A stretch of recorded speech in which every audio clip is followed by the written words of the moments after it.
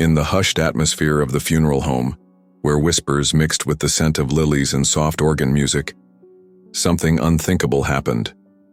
A sound cut through the reverent silence, unexpected, jarring, and completely inappropriate. Laughter. Not a small giggle quickly stifled behind a hand, but full-throated, uncontrollable laughter that echoed against the walls of Jackson's funeral home in the small town of Millfield. The mourners turned, faces twisted in shock and disapproval, to find the source. A 16-year-old girl in a black dress doubled over in her seat in the third row. Ellie Morgan couldn't stop laughing. Her shoulders shook violently as she pressed, her hands against her mouth, eyes wide with what appeared to be her own horror at what was happening. But the laughter continued to spill through her fingers as her parents, Diana and Robert Morgan, stared at their daughter in disbelief. "Ellie," Diana hissed, grabbing her daughter's arm. "Stop it right now." Robert's face had turned scarlet as he looked around at the shocked faces of family members, friends, and colleagues who had gathered to pay their respects to his brother, Marcus Morgan. The pastor had stopped mid-eulogy, his mouth slightly open as he watched the scene unfold. In the front row, Marcus's widow Victoria turned slowly, her tear-streaked face hardening into something between grief and rage. "Get her out of here," Robert whispered urgently to his wife. Diana nodded, rising quickly and pulling Ellie to her feet. The girl stumbled, still caught in the grip of her inexplicable laughter as her mother practically dragged her down the aisle and through the heavy double doors of the chapel. The cool April air hit Ellie's face as they emerged into the parking lot. Her laughter finally began to subside, replaced by gasping breaths as she leaned against the brick wall of the building. "What is wrong with you?" Diana's voice shook with anger and embarrassment. "Your uncle's funeral, Ellie. How could you?" Ellie slid down the wall until she was sitting on the concrete, her black dress pooling around her. Her face was flushed and tears streamed down her cheeks. Whether from the laughter or something else, it wasn't clear. "I don't know," she whispered, her voice hoarse. "It just came out. I couldn't stop it." Diana paced in front of her, pulling her phone from her purse. "I'm calling Dr. Winters. This isn't normal, Ellie. This isn't okay."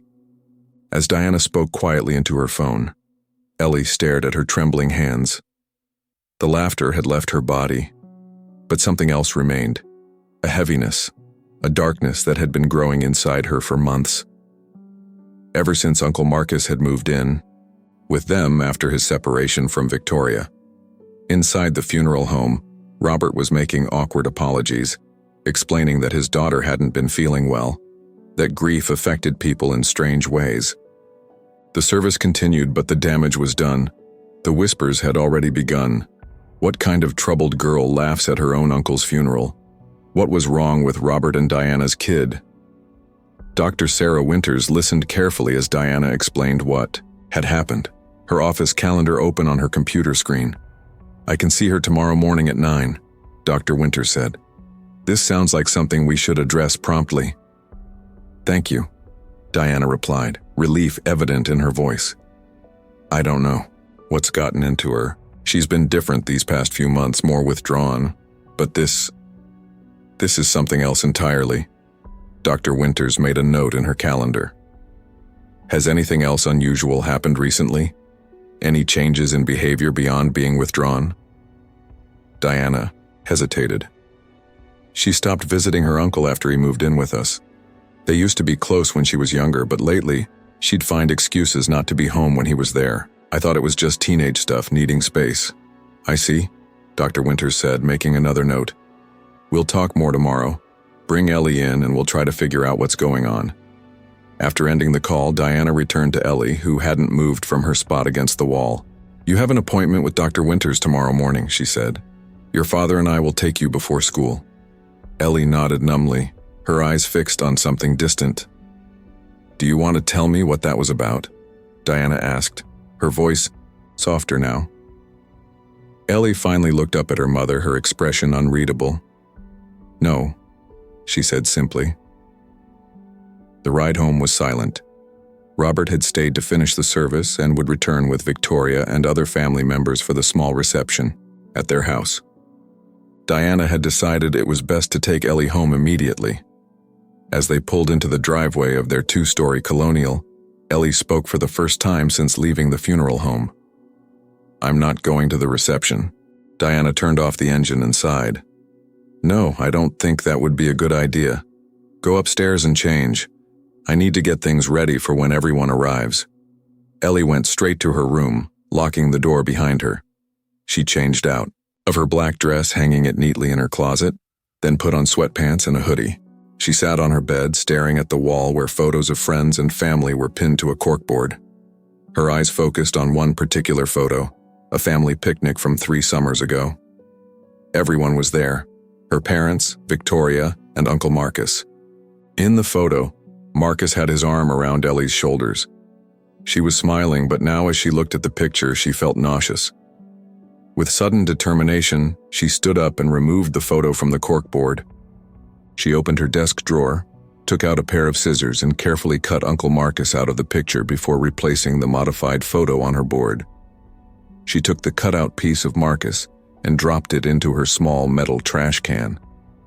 Then, with hands that had stopped trembling and were now steady, she lit a match and dropped it in. The tiny flame consumed her uncle's smiling face, turning it to ash. Downstairs, Diana was arranging food on platters when she smelled something burning. She paused, sniffing the air, but the scent dissipated quickly. She returned to her preparations, pushing thoughts of her daughter's strange behavior to the back of her mind until tomorrow's appointment. In her room, Ellie watched the small fire burn itself out, a sense of calm replacing the chaos she had felt at the funeral. Tomorrow she would face Dr. Winters, and for the first time she considered the possibility of telling someone the truth about Uncle Marcus.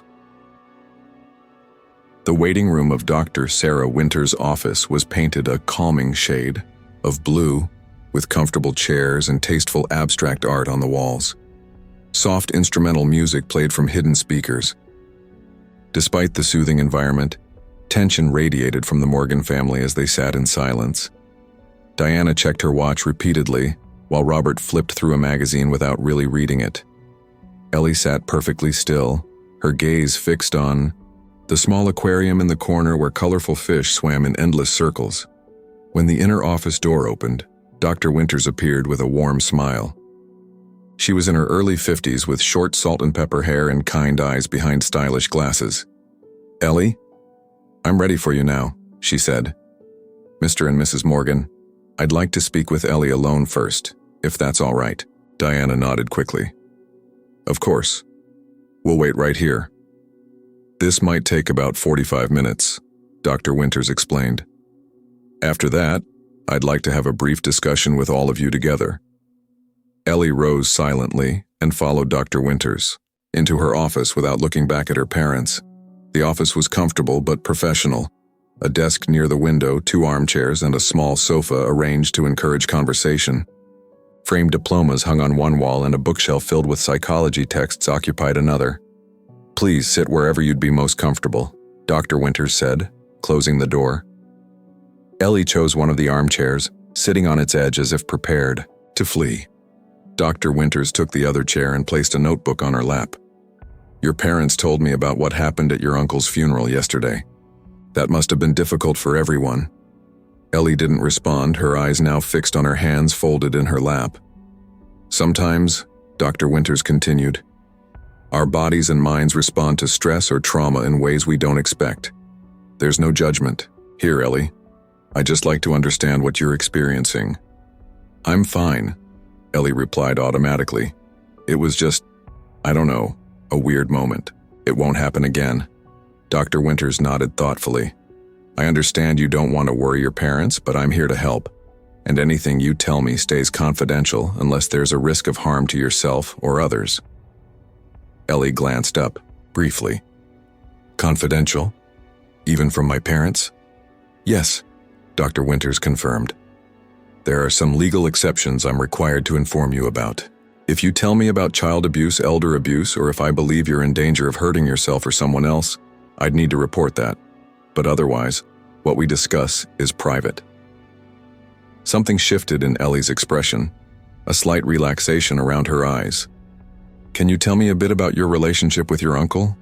Dr. Winters asked gently. Ellie's body immediately tensed again. "What about it?" "Your mother mentioned you used to be close when you were younger, but recently you seem to avoid him." "People change," Ellie said flatly. Dr. Winters allowed a moment of silence before continuing. "When did things start to change between you and your uncle?" Ellie shrugged. "Last year, I guess. When he moved in with us." "And how did you feel about him moving in?" "I didn't want him there." The words came out sharper than Ellie had intended. "That's understandable," Dr. Winters said. "It's a big adjustment, having someone new in your space, especially as a teenager when privacy is important." Ellie gave a bitter laugh that held no humor. "Yeah, privacy." Dr. Winters noticed the shift. "Was privacy an issue with your uncle?" Ellie remained silent, picking at a loose thread on her jeans. "Ellie," Dr. Winters said carefully, "sometimes we laugh in inappropriate moments not because something is funny, but because our bodies are releasing tension or extreme stress. It can be a psychological response to something painful or traumatic." Ellie's eyes welled with tears, but she blinked them back fiercely. "Why do you think you laughed at your uncle's funeral?" Dr. Winters asked. The question hung in the air between them. Ellie's breathing quickened slightly. "Because he's dead," she finally whispered. "He's really dead." Dr. Winters nodded encouragingly. "And how does that make you feel?" "Safe." The word escaped before Ellie could stop it, and her hand flew too, her mouth as if to push it back in. Dr. Winters' expression remained neutral, but she made a note in her notebook. "You feel safer now that your uncle has passed away?" Ellie nodded almost imperceptibly. "Can you help me understand why you feel safer now?" Dr. Winters asked, her voice gentle but direct. Minutes ticked by on the simple clock on the wall. Ellie's hands were now clenched so tightly that her knuckles had turned white. "He used to come into my room," she finally said, her voice barely audible. "At night." Dr. Winters kept her face composed despite feeling a cold knot form in her stomach. "When did this start?" "After he moved in. Mom and Dad gave him the guest room down the hall from me. Dad sleeps like a rock and Mom takes sleeping pills." Ellie's voice had taken on a detached quality, as if she were talking about someone else. "The first time, he said he just wanted to talk because he was having trouble sleeping. Then," she stopped, unable to continue. "You don't have to tell me details if you're not ready," Dr. Winters assured her. "But I want you to know that I believe you, and what happened wasn't your fault." A single tear escaped and rolled down Ellie's cheek. "I should have told someone. Many people in your situation don't tell anyone," Dr. Winters said. "There are many reasons for that. Fear, confusion, shame, threats, or concerns about what might happen to the family. None of that makes it your fault." "He said no one would believe me," Ellie continued, her voice stronger now. "He said Dad would choose him over me if I tried to say anything. They're brothers, you know? And Dad was so happy to help him when Aunt Victoria kicked him out." "Did your aunt ever say why she asked him to leave, Gar?" Dr. Winters asked. Ellie shook her head. "No. Everyone just said they were having problems. Marriage stuff." Dr. Winters made another note. "Ellie, I want to ask you a difficult question now." Ellie looked up, her eyes red but dry now. "Do you believe your uncle's death was an accident?" The police report had ruled Marcus Morgan's death as accidental. He had apparently fallen down the basement stairs after drinking heavily the night before. He was found by Robert the next morning. Ellie's expression changed subtly.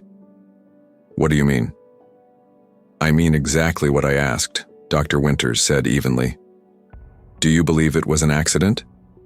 A peculiar smile formed on Ellie's lips. "They said he was drunk, that he tripped. Is that what you believe happened?"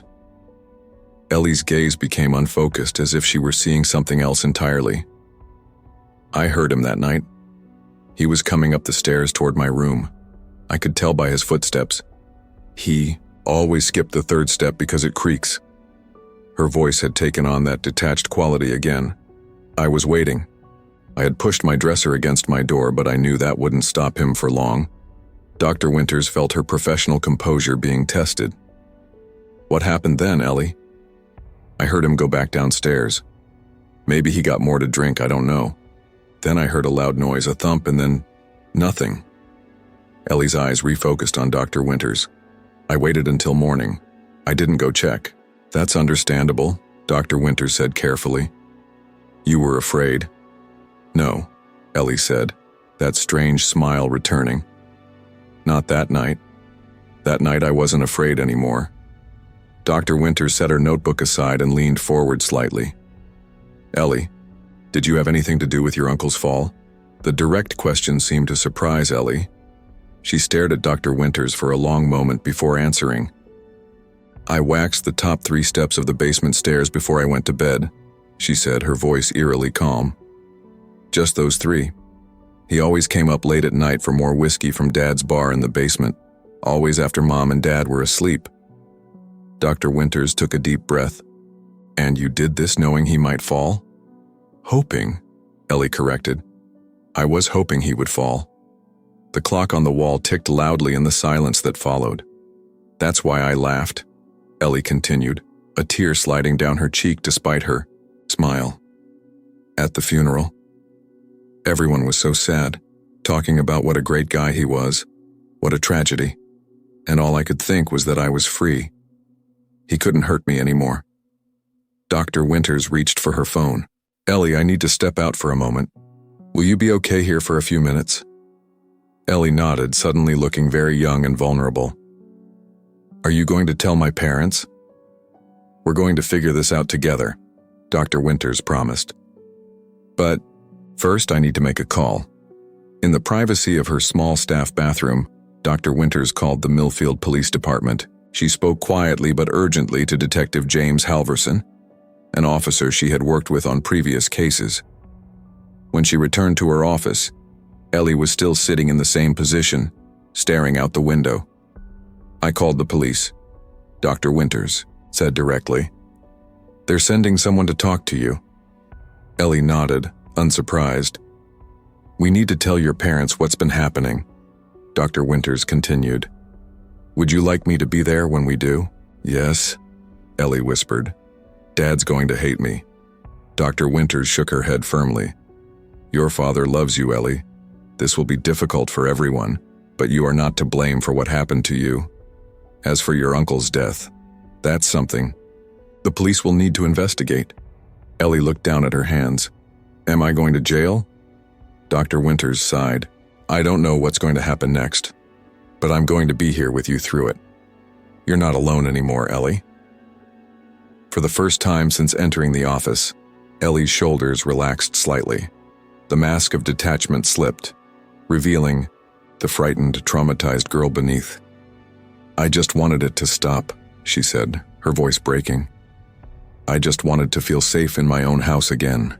Dr. Winters moved to sit beside Ellie on the edge of the chair and gently took her hand. I know, she said softly. I know. Detective James Halverson had been with the Millfield Police Department for 15 years. At 43, he'd seen enough of human nature to be rarely surprised anymore. But as he sat across from 16-year-old Ellie Morgan in the station's interview room, he felt the familiar burn of anger that came with cases involving children. The room was deliberately non-threatening, painted soft beige instead of institutional, gray with comfortable chairs instead of the metal ones in rooms used for suspects. Dr. Winters sat beside Ellie, who had requested her presence during the interview. Through the one-way glass, Diana and Robert Morgan watched, their faces drawn with shock and grief. I'd like to record this conversation, Ellie. Is that okay with you? Halverson asked, placing a small digital recorder on the table. Ellie nodded, her eyes now dry but red-rimmed. For the record, please state your name and age. Eleanor Morgan, 16. And you understand why you're here today? Ellie glanced at Dr. Winters, who gave her an encouraging nod. I'm here because of what happened to my uncle, Ellie said, and what he did to me. Halverson nodded, his expression professional but kind. I'd like you to tell me about both of those things, in whatever order feels comfortable for you. Ellie took a deep breath. He started coming to my room at night after he moved in with us. At first he would just sit on my bed and talk. Then he started touching me. Her voice faltered. It happened maybe twice a week, always when my parents were asleep. Did you tell anyone what was happening? No, he said no one would believe me, that it would destroy the family. Ellie twisted her fingers together nervously, and I was scared of him. Halverson made notes on his pad. And about the night of your uncle's death, can you tell me what happened? Ellie's face hardened slightly. I put candle wax on the top 3 steps of the basement stairs. I knew he would go down there late at night for more whiskey, he always did. And your intention was? I wanted him to fall, Ellie said simply. I wanted him to get hurt enough that he'd have to leave our house, maybe go to the hospital. I didn't specifically think about killing him. Halverson observed her carefully. But you knew a fall down those stairs could potentially be fatal? I guess I knew it was possible, Ellie admitted. I was desperate. I couldn't sleep. I couldn't focus at school. I just wanted it to stop. What happened after you applied the wax to the stairs? I went to bed. I heard him coming up from the basement later, then going back down. Then I heard a loud noise, like something heavy falling. Ellie's voice became smaller. I didn't get up to check. I just went to sleep. And in the morning, Dad found him when he went downstairs to make coffee. He was yelling for Mom to call 911, but I knew from his voice that it was too late. Halverson turned off the recorder. Thank you, Ellie. I'm going to step out for a moment to speak with my colleagues. Dr. Winters will stay with you. In the hallway, outside, Halverson met with the district attorney Andrea Chen, who had been observing. What do you think? Halverson asked. Chen sighed. It's complicated. Technically, what she did constitutes a form of premeditated action that resulted in death. In an adult, we'd be looking at potential manslaughter charges or possibly second-degree murder. She's 16, Halverson pointed out, and a victim herself. I know, I'm not saying we should throw the book at her, Chen replied, but we can't ignore what she did either. What about the uncle? Do we have any evidence besides her testimony about the abuse? Chen nodded. We've got the search warrant for the Morgan house. Forensics is there now. She checked her phone. And I just got a text. They found hidden cameras in Ellie's bedroom and bathroom. Looks like the uncle was recording the abuse. Halverson closed his eyes briefly, taking a moment to process this new information. Bastard. There's more, Chen continued. They've also found similar equipment in a storage unit rented under Marcus Morgan's name. There are recordings dating back several years, and not just of Ellie. Other victims? It appears so. The tech team is still going through everything, but preliminary findings suggest at least 3 other underage girls. Halverson rubbed his temples. So we're dealing with a serial predator. What about the wife, Victoria Morgan? Did she know? We're bringing her in for questioning this afternoon, Chen replied. Initial background suggests she may have discovered something that led to their separation 6 months ago. They were interrupted by Officer Reyes approaching with a file.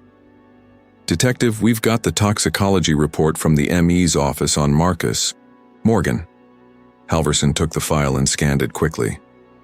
Blood alcohol content of 0.18 at time of death plus sleeping medication in his system. He looked up at Chen. That wasn't in the preliminary report. Zolpidem, Chen read over his shoulder. Prescription sleep aid. Strong enough that he shouldn't have been drinking at all while taking it. Did he have a prescription? Halverson asked. Reyes shook his head.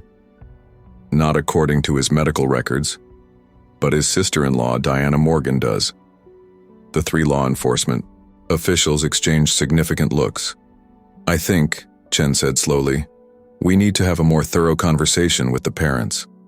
Inside the observation room, Robert and Diana Morgan sat in stunned silence, having watched their daughter's interview.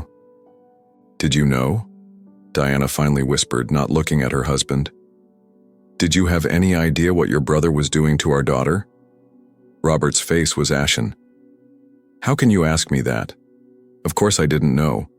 I would have killed him myself. Diana turned to face him, her eyes red and swollen. She's been different for months, Robert. Withdrawn, jumpy, her grades dropping. I thought it was normal teenager stuff, but I should have seen it. We both should have, Robert said, his voice breaking. But Marcus was my brother. I never imagined he could do something like this. The door opened and Halverson entered with Chen. Mr. and Mrs. Morgan, Chen began. I'm Andrea Chen, the district attorney. I'd like to ask you some additional questions. Diana straightened in her chair. Is Ellie going to be charged with something? She was protecting herself from a monster. We're still determining how to proceed regarding your daughter's actions, Chen said carefully. But right now, I want to discuss the night of Marcus Morgan's death in more detail. What about it? Robert asked. I found him at the bottom of the stairs the next morning. He'd been drinking, lost his balance. Mr. Morgan, Halverson interrupted. The medical examiner found sleeping medication, specifically zolpidem, in your brother's system. Are you aware of how he might have obtained that medication? Robert looked genuinely confused. No, I had no idea he was taking sleeping pills. All eyes turned to Diana, whose face had gone pale. Mrs. Morgan, Chen said gently, we understand. You have a prescription for zolpidem. Diana's hands trembled slightly. Yes, I've had trouble sleeping for a while now. Were you aware that your brother-in-law was taking your medication? No, Diana said quickly. I keep it in my nightstand. I never noticed any missing. Mrs. Morgan, Halverson said, leaning forward. Mixing alcohol with zolpidem can cause severe impairment, confusion, and loss of coordination. It significantly increases the risk of accidents. Diana's eyes filled with tears. What are you suggesting? We're not suggesting anything yet, Chen assured her. We're trying to understand exactly what happened that night.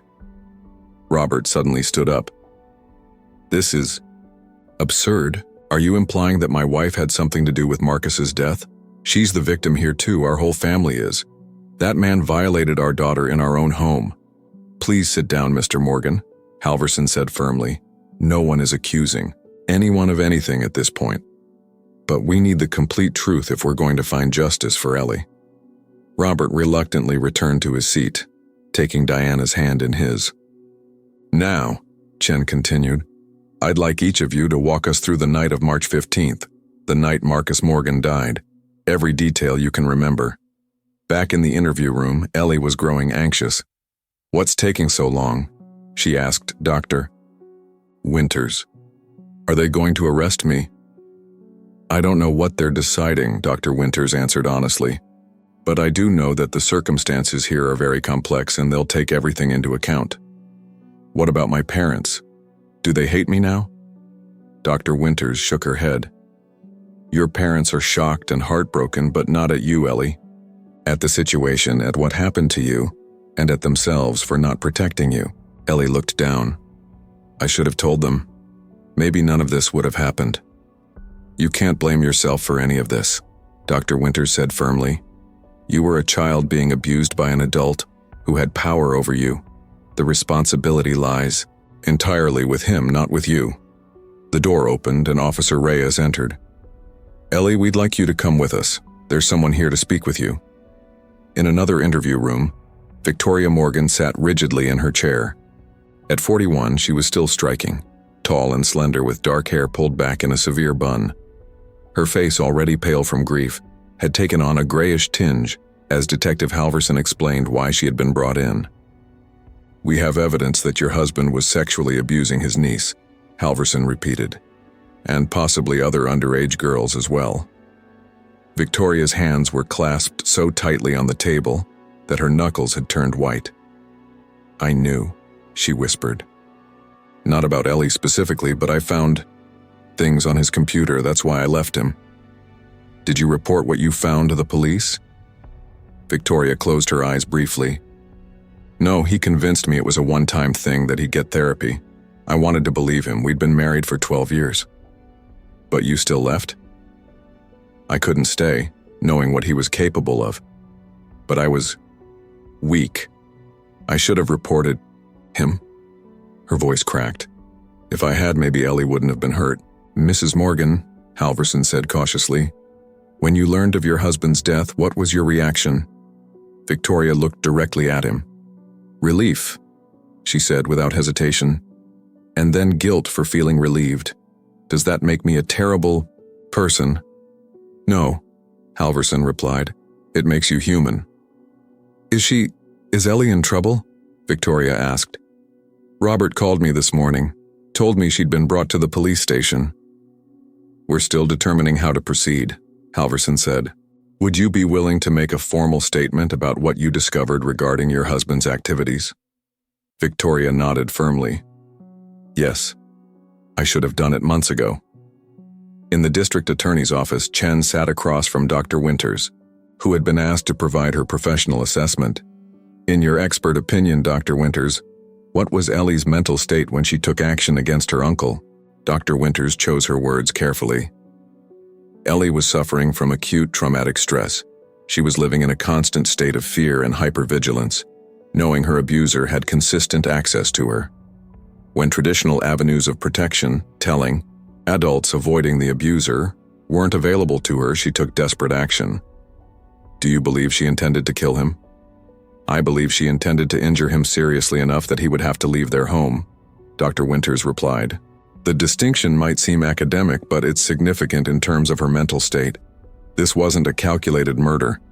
It was a traumatized child's attempt to escape ongoing abuse when all other options seemed closed. Chen made notes as she listened. And what do you think would be the psychological impact of criminal charges against Ellie at this point?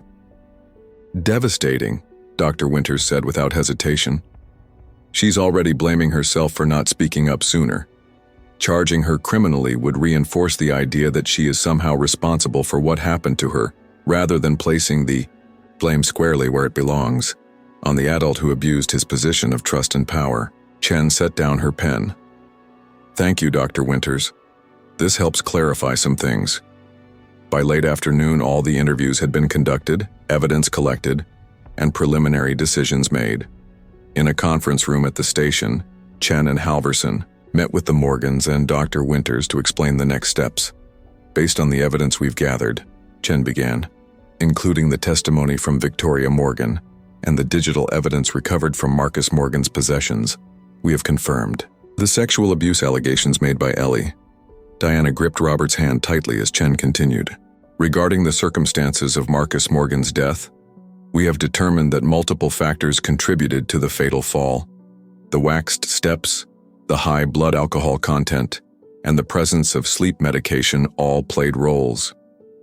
Chen turned, specifically to Ellie.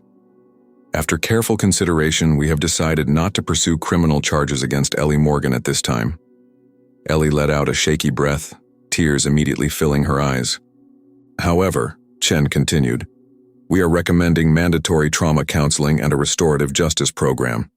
Dr. Winters has agreed to continue working with you, and we believe this approach will better serve both justice and your long-term well-being. What about the other victims? Robert asked. You mentioned there might be others. Halverson nodded. We're in the process of identifying and contacting them. This investigation is far from over, but that aspect won't require Ellie's direct involvement unless she chooses to be part of a victim support group later on. As the meeting concluded, Ellie turned to her parents. I'm sorry, she whispered. For everything. Diana pulled her daughter into a fierce hug. No, baby. We're the ones who are sorry. We should have protected you. Robert stood awkwardly to the side, tears streaming down his face, until Ellie reached out her hand to him. He took it gently, as if afraid she might break. I love you, Ellie Bear, he said, using her childhood nickname for the first time in years. And I believe you. I need you to know that. I believe every word.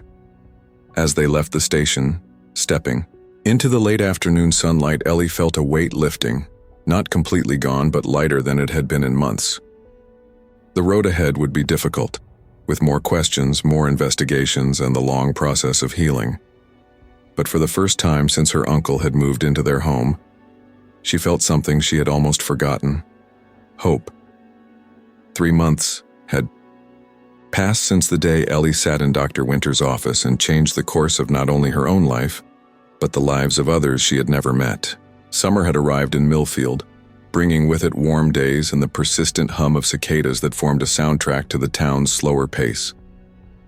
Ellie sat on a bench in Riverside Park, watching the water flow past. Her hair had grown longer, and there was more color in her face than there had been in the sterile interview room at the police station. Beside her sat Dr. Winters, their weekly therapy sessions having evolved to occasionally include walks or outdoor meetings when the weather permitted. "How are you feeling about tomorrow?" Dr. Winters asked. Ellie picked at a loose thread on her shorts. "Nervous, but ready, I think." Tomorrow would mark the beginning of the restorative justice conference that had been arranged as part of the legal resolution of Marcus's death. It wasn't a trial, there were no criminal charges against Ellie, but rather a structured meeting between all those affected by both Marcus's crimes and his death. "Remember," Dr. Winters said, "you can stop the process at any time if it becomes too overwhelming. This is meant to help with healing, not cause more trauma." Ellie nodded. "I know, and I want to do it, especially now that—" She trailed off. "Now that the other victims have been identified?" Dr. Winters finished gently. "Yes." Ellie turned to look directly at her therapist. "Do you think they hate me for not speaking up sooner? Maybe if I had said something they wouldn't have been hurt." Dr. Winters shook her head firmly. "Ellie, we've talked about this. The responsibility for the abuse lies solely with the abuser, not with you or any other victim, and from what I understand, the other victims are grateful that the truth has finally come out." The investigation had revealed 3 other victims of Marcus Morgan's abuse. 2 former students from when he had taught high school photography before switching to his more recent career in real estate, and the teenage daughter of a family friend. The oldest case dated back 7 years. "They all kept it secret too," Ellie said softly. "Just like me. For many of the same reasons," Dr. Winters pointed out. "Fear, shame, confusion, threats. The patterns of abuse and silence are tragically consistent." Ellie watched a leaf float down the river, disappearing around a bend. "My mom found more of her sleeping pills missing," she said abruptly, changing the subject. Dr. Winters raised an eyebrow. "Oh? When was this?" "Last week, when she was cleaning out the medicine cabinet. She found an old prescription bottle that was almost empty, even though she'd only taken a few pills from it." Ellie glanced at Dr. Winters. "She thinks my dad might have been putting them in Uncle Marcus's drinks before I did what I did with the stairs." Dr. Winters kept her expression neutral. "Has she discussed this with your father?" "No. She told me because she didn't know what to do. She's afraid to ask him." "And what do you think?" Ellie was quiet for a long moment. "I think maybe he knew something was wrong, even if he didn't know exactly what. Dad's not very good with emotions or talking about difficult things, but he's always been protective of me." "Have you asked him about it?" Ellie shook her head. "I'm scared of what he might say." "The truth is often complicated," Dr. Winters said. "Sometimes people take actions they never thought themselves capable of when someone they love is threatened. Like waxing stairs." Ellie's attempt at dark humor fell flat, and she sighed. "I just want to know if he knew. If he suspected what Uncle Marcus was doing and tried to stop it in his own way. Perhaps that's a conversation that needs to happen at some point," Dr. Winters suggested. "When you're ready." The next day, the community center's meeting room had been arranged with chairs in a circle. Each person entering was given a name tag and welcomed by the facilitator, a specialist in restorative justice named Maya Patel. Ellie arrived with her parents, all 3 looking nervous but determined. Victoria Morgan came alone, nodding stiffly to Robert but embracing Diana and Ellie with surprising warmth. The 3 other victims, now identified as Jessica Wharton, 22, Amber Chen, 20, and Zoe Daniels, 17, arrived separately with their own support people. Detective Halverson and District Attorney Chen were present as representatives of the justice system. Dr. Winters sat near Ellie but not directly beside her, respecting her client's growing independence while remaining available for support. "Thank you all for coming today." Maya began once everyone was seated. This is a difficult but important step in the healing process. Before we begin, I want to remind everyone that this is a safe space. There are no right or wrong feelings, and everyone will have a chance to speak without interruption. She explained the process. Each person would have an opportunity to share how Marcus Morgan's actions and death had affected them, what questions they still had, and what they needed to move forward. No one was required to speak, but all were encouraged to listen with an open heart. Jessica Wharton, now a college senior, spoke first. As Marcus's former student, she described how her love of photography had been twisted into something shameful after he had assaulted her during what was supposed to be a private tutoring session. "I never told anyone," she said, her voice steady despite the tears on her cheeks. "I thought it was my fault for agreeing to meet him alone. I quit photography after that. I couldn't even look at a camera without feeling sick." Amber Chen's experience had been similar. Another photography student, another private lesson that turned predatory. She had told her parents, but they had been reluctant to report it, fearing the impact on their daughter's reputation and future. "They thought they were protecting me," Amber explained, with a sad glance at her parents who sat tearfully beside her. But all it did was protect him. When it was Zoe's turn to speak, the 17-year-old looked directly at Ellie. "He was a friend of my dad's. They played golf together. When he offered to help me with a school project, everyone thought it was so nice of him." Her voice cracked. "It happened twice before I made sure I was never alone with him again. I never told anyone until the police contacted us after he died." Zoe took a deep breath. "When I found out about what happened to you, Ellie, and what you did, I wasn't angry or judgmental. I was jealous that you had the courage to fight back. I wish I had." A heavy silence filled the room after Zoe finished speaking. Victoria Morgan spoke next, her composure cracking as she addressed the victims. "I found images on his computer 6 months before his death. I confronted him, and he swore it was a one-time mistake, that he would get help." She wiped at her eyes.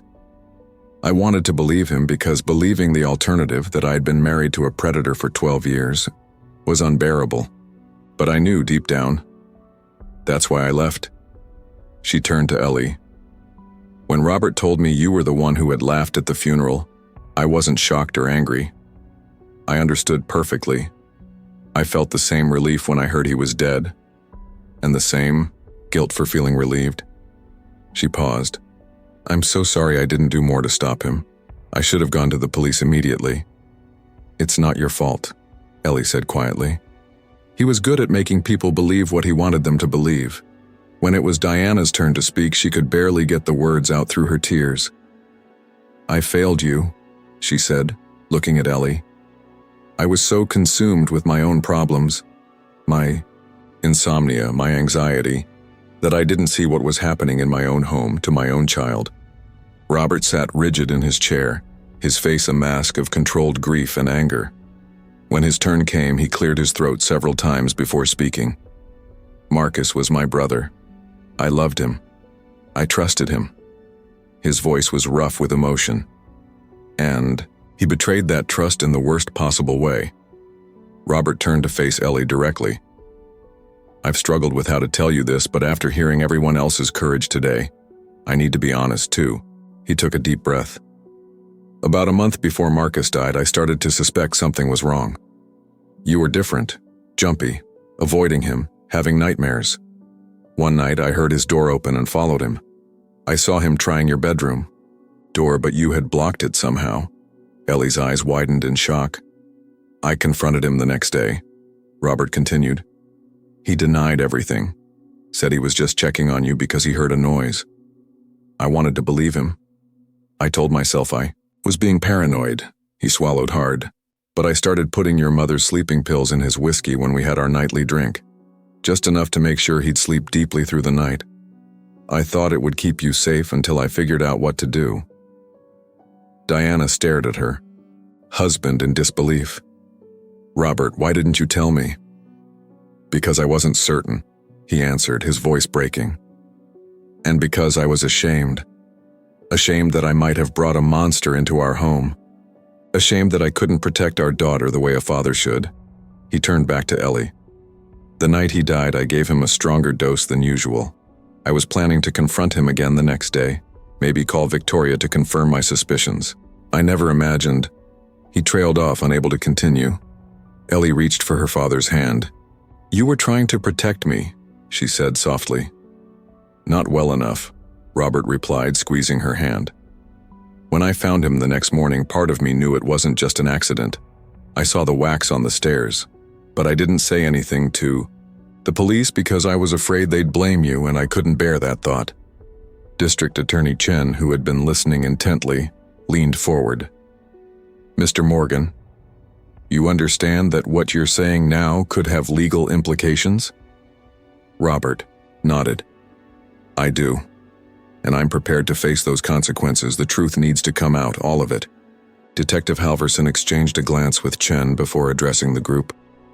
"In light of these new revelations, we'll need to reopen certain aspects of the investigation.